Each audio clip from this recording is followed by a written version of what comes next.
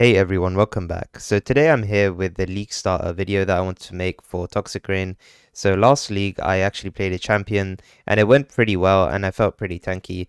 But this time I want to go Raider for one main reason, and that reason is purely just for move speed, because move speed feels really good to Toxic Rain.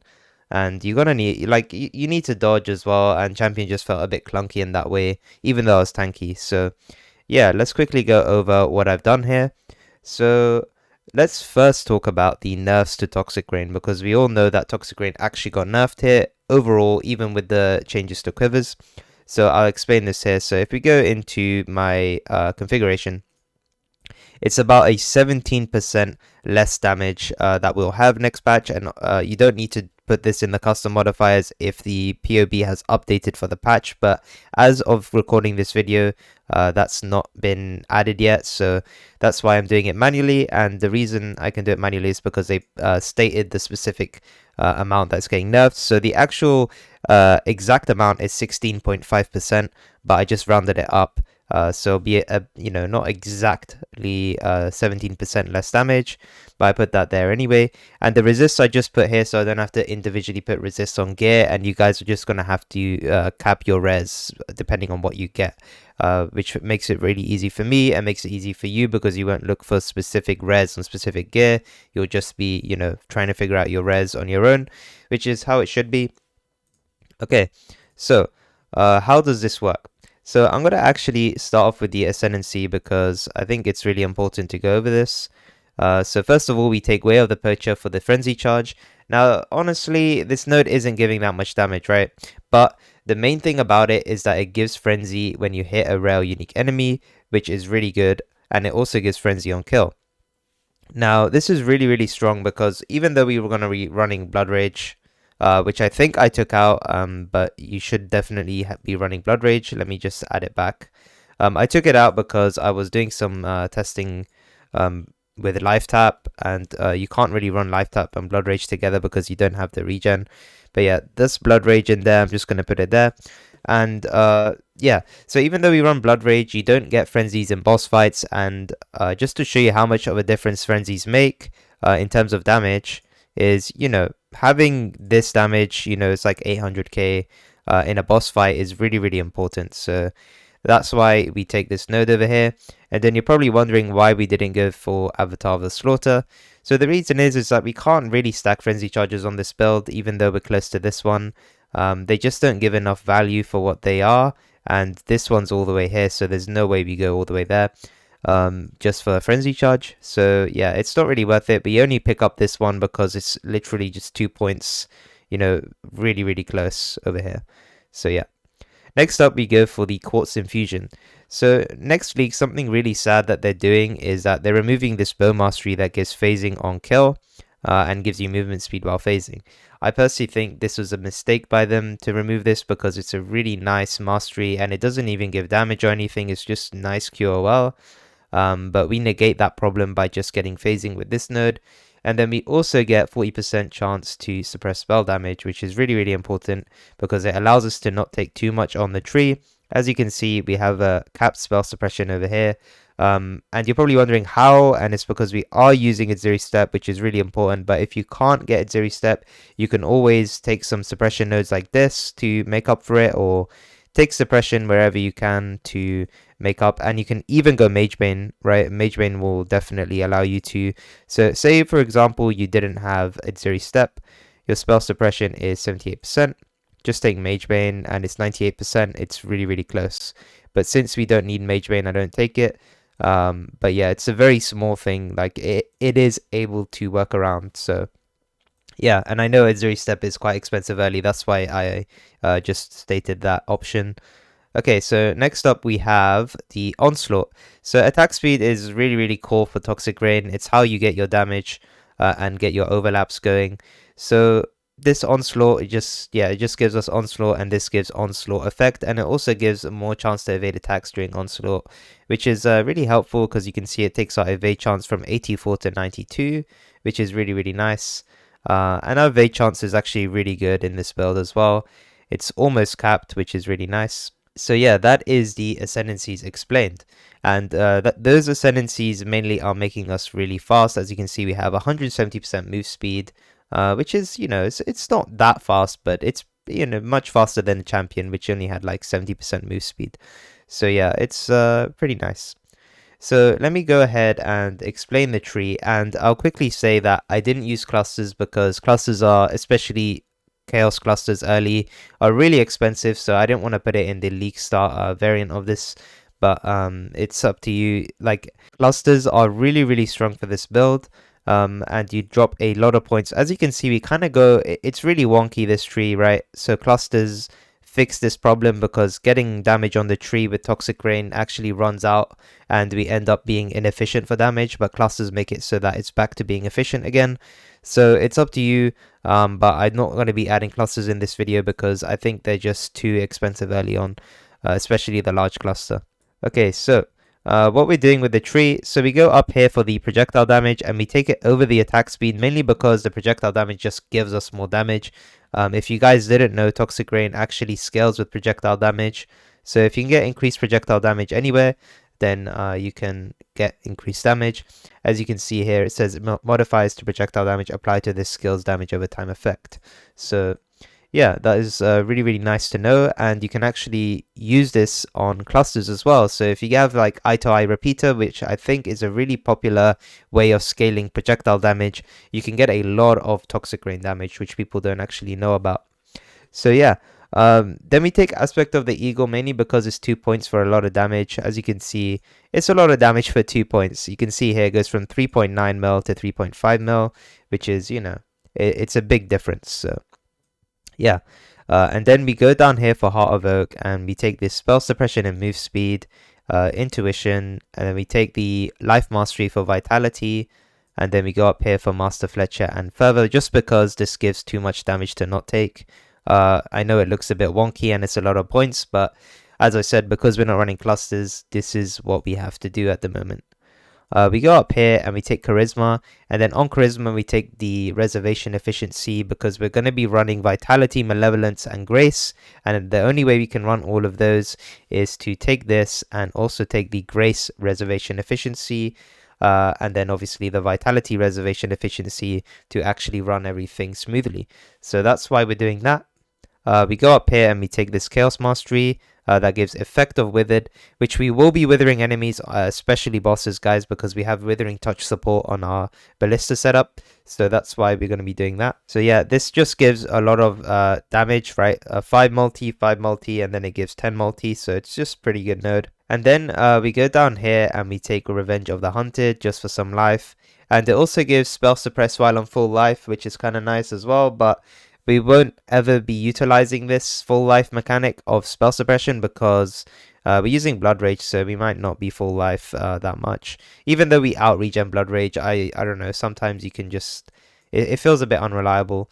And yeah, because we only have evasion and we're going to be getting hit by spells because we only have spell suppression, it's not dodge, so we are going to get hit. So I feel like that 10 spell suppression isn't that good. Then we take Hunter's Gambit, mainly because it gives dot multi and skill effect duration, and it gives damage over time as well, increased damage over time. It gives really, really good stats. And then we take the AoE while wielding a bow. So something you guys are going to be probably wondering is, how do we optimize the damage for the AoE and the pods overlapping and everything? So in my config, I have 5 overlapping pods. And the reason we can have 5 and it's not skewing the results is because there are calculations for Toxic Rain on how to optimize the overlapping pods so that you're actually getting those overlapping pods. So what we do is we need 39% AoE exactly. That's how it's been calculated. That I'll send you guys, I'll put it in the description how and who's calculated all of this. It's been on Reddit posts and it's been on videos. So yeah, and where I got my information from is from Remy Caster, so go and check him out as well. He plays a lot of Toxic Rain and he has a lot of info on Toxic Rain in general. But yeah, what we want is 39% area of effect and no additional projectiles. Additional projectiles will ruin it, and having any more AoE, even if it's just 1% more or 1% less, it will ruin the overlapping pods. So you just want to have 5 projectiles, which is the base amount, and you also want 39% AoE exactly. And you'll notice that if you have like 40% AoE on POB, it's gonna keep saying 21 AoE radius if you're like 1% up or down. So you need to manually count this. So let's manually count our one together. We have 20% from the bow mastery over here, and then we have 10% from the quality. And I'll explain why this is really important afterwards. And you can even drop a level if you know your league start and you don't have a 21, which is fine. So that altogether is 30%, right? So 20 plus 10 is 30 from the skill gem. And then to get the last 9%, what you want to do is go on your gloves and you want to craft this craft over here, which is +1 level of socketed AoE gems. It's a hybrid craft, which also has AoE on it. Now, the slight problem with this is that this craft costs a divine orb.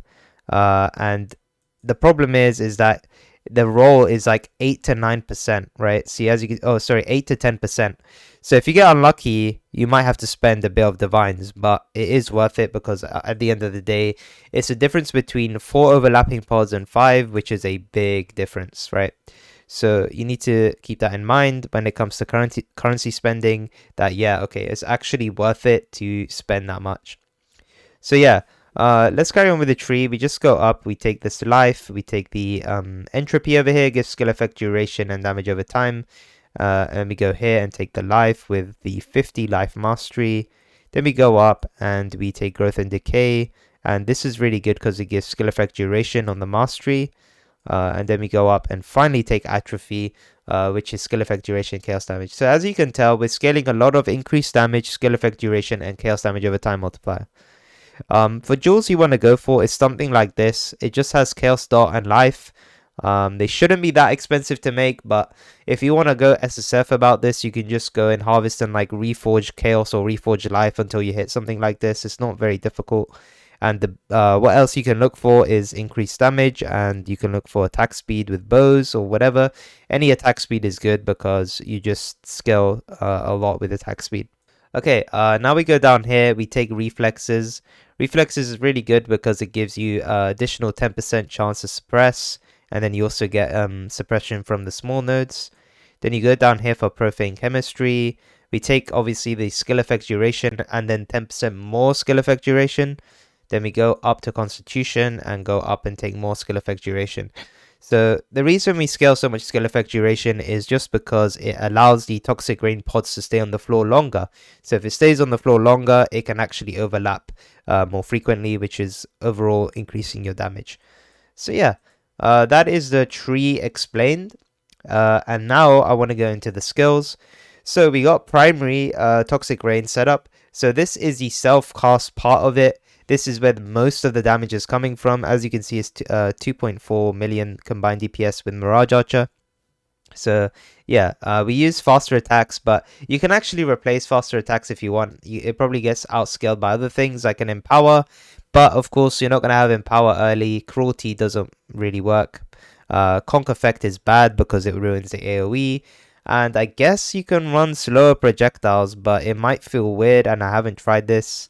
And it doesn't, as you can see, the damage difference is so different. You might as well just have faster projectiles on here, or faster attacks, sorry, which is just decent. And then over here, you've just got the optimal lengths, and we use Mirage Archer because it's just good. If you guys have a bit of money, you can go for the skill effect duration quality on here. And then you actually don't want to have an alternate quality toxic rain because you need the AoE from it. So if you can't afford a 2120, or you got unlucky with your Val Orbs after leveling 2020 Toxic Rains, you can use 2020 Toxic Rain and you should still be fine. The damage does go down a bit, but it's still fine. And I would prioritize the 2120 on the self-cast part of it because it's really, really strong. And you're going to be using it mainly for your clear. You only use the ballistas for bossing. You don't use them for anything else. Unless you're like standing in a circle like ritual and you want to put down your ballistas, you can do that as well. It will increase your clear. But yeah, this is like your bread and butter. You want to be using this as your main thing. And this will also be socketed into the weapon, which is going to be getting more buffs or more bonuses. And then we got ballista setup. Now the ballistas are actually really good. We use multiple totems and ballista totem, and this in total. So we have one totem maximum by default. We get +2 from ballista and +2 from multiple. And the way you calculate this on POB is to put 5 in the count, and then you include it in full DPS as well as, you know, the self-cast version, and then it calculates it together. That's how we're getting this number down here. And then Withering Touch. So you're going to notice that this is less of a damage focused setup, and it's more of a utility focused setup. So Withering Touch is really good because these guys or these totems are going to be hitting so much because their attack speed is really high. Since we're using Focus Ballista, we're actually going to be applying 15 wither stacks on bosses, which is really strong because it multiplies our damage a lot. So if you see the difference between having like 0, you know, and 15 wither stacks, it's so high, right? So it's really, really nice, and it makes a big difference. And this just out damages any support gem you could possibly put in Toxic Rain. Even in Powerful wouldn't beat this Withering Touch because it's just doing too much for us utility wise. And then we have Focus Ballista. The reason we run Focus Ballista is because it gives the supported skills more attack speed, which allows us to apply the Withering Touch more frequently, and attack speed scales well with Toxic Rain, so therefore it's good for both worlds over there. And then Efficacy is just a really good standard support gem. Okay, next we have auras. So we have Malevolence, Grace, Vitality. These are just really nice auras. Now you can replace Vitality if you want, because we don't actually need it. You can see here that we still out regen. If you use Stone Golem, you still out regen the Blood Rage. But the main reason I use Vitality is to out regen Blood Rage and have that a bit more sustain, so that we can. It doesn't feel bad if you get hit and you don't have any recovery, like you don't have a life flask up or something. So yeah. And then we use Immortal Call with cast when damage taken on increased duration. And then we use Blood Rage for some damage. It's really good, Blood Rage. But it does give you degen. So if you find that you're degenning too much and you don't like it, just take off Blood Rage and you will lose some damage. But as I said, you don't need it for Frenzy Charge generation. So it's not as essential as it would be on other Ascendancies. And then over here we have Flame Dash, Withering Step. Withering Step is nice to instantly apply some Withering stacks. I think it's like 6 Withering stacks on enemies. But the only problem with Withering Step is that it conflicts with Flame Dash and it just jams it. So if you guys don't like that interaction, just don't use Withering Step. It's not that big of a deal. We use Stone Golem for some extra regen, but if you don't want to use Stone Golem, it's whatever. You don't have to. And then we have the Curse in the Ring, which is Despair, which is really important. If you see here, we lose a lot of damage for not using it. But, you know, there is a slight problem with using this, which I'll get into now, which is the items. So we're going to go over all the items. And since we were talking about Despair, let me quickly talk about the Ring. So the way we're applying Despair is actually a really horrible way, but it's very leak start friendly, which is Mark of Submission. Now, the reason this is horrible is because you can't get resists on it, and it actually might strain you on resists because we're running a few uniques here. So it might be a problem, but if you're able to sell your resists, that's really good. But yeah, obviously you want to replace this for a Despair on hit ring, which you can get from Delve, from the Chaos nodes, or you can get it from a Hunter based ring. I think it needs to be a certain eye level though, so you need to check that on PWDB. And then if you get Despair on hit and literally anything like life or resist, you're really good to go. So first of all, we have the budget bow, the Porcupine plus Essence bow. This is a very cheap bow. You just need Porcupine cards. It's 6 of them, and I believe early league they're like around 5C each. So it'll cost you like 30C to get this bow, but it is worth it because it's a 6 link and it's not that much more expensive than a Tabula. I guess it's like double the price of a Tabula, but it's better than a Tabula because the things you can do with it. You can then afterwards buy an essence. I think it's called an Essence of Misery, but I might be wrong. I'll put it on the screen which essence it is right now. But you want to use that essence on it, and you'll be able to get +2 bow gems. And then all you have to do is craft Chaos Dot on it, and you're done. That is the bow complete. So yeah, that's really good. And I think, sorry guys, because I imported this build from my champion, this dot actually might be too high on it. So let me just recraft it, because I think they actually nerfed it, right? Yeah, they did. So if we go here and we add the the new one, we can see that it's actually been nerfed. So yeah, that's why I don't know, that was actually a change, which was really weird last league. I thought that was meant to be 35% last league, but it didn't go through or something. So yeah, that's what happened there. But yeah, don't worry about that. Next up, we have the quiver over here, and the quiver is really nice. So you need to prioritize the broadhead arrow quiver. So currently, the broadhead arrow quiver is a base that gives 6 to 12 physical damage, which, you know, isn't optimal. But the new broadhead arrow quiver is going to give attack speed 8 to 10%. That's why I changed it on this to POB. But as I said, the path of building hasn't updated yet, so that's why it hasn't updated, and I had to manually do it. So as you can see here, I put 10% attack speed implicit, and then what you want on it is damage over time multiplier or chaos damage over time multiplier. If you can get your hands on both, you're really lucky, but just get one of them and then get life and some attack speed crafted. That's what you prioritize. If you're really struggling, just go for the dot, some life and some resist, and skip the attack speed completely on the suffix craft, and just craft you know, resist or something if you're really struggling. So Devoters is usually really expensive early, and the replacement for that is Rat's Nest. Now you don't actually lose that much damage at all, so just use Rat's Nest if you are struggling. And the reason you want Devotos over Rat's Nest is mainly because you get extra move speed from it. It's like, you know, it's only 10% move speed extra.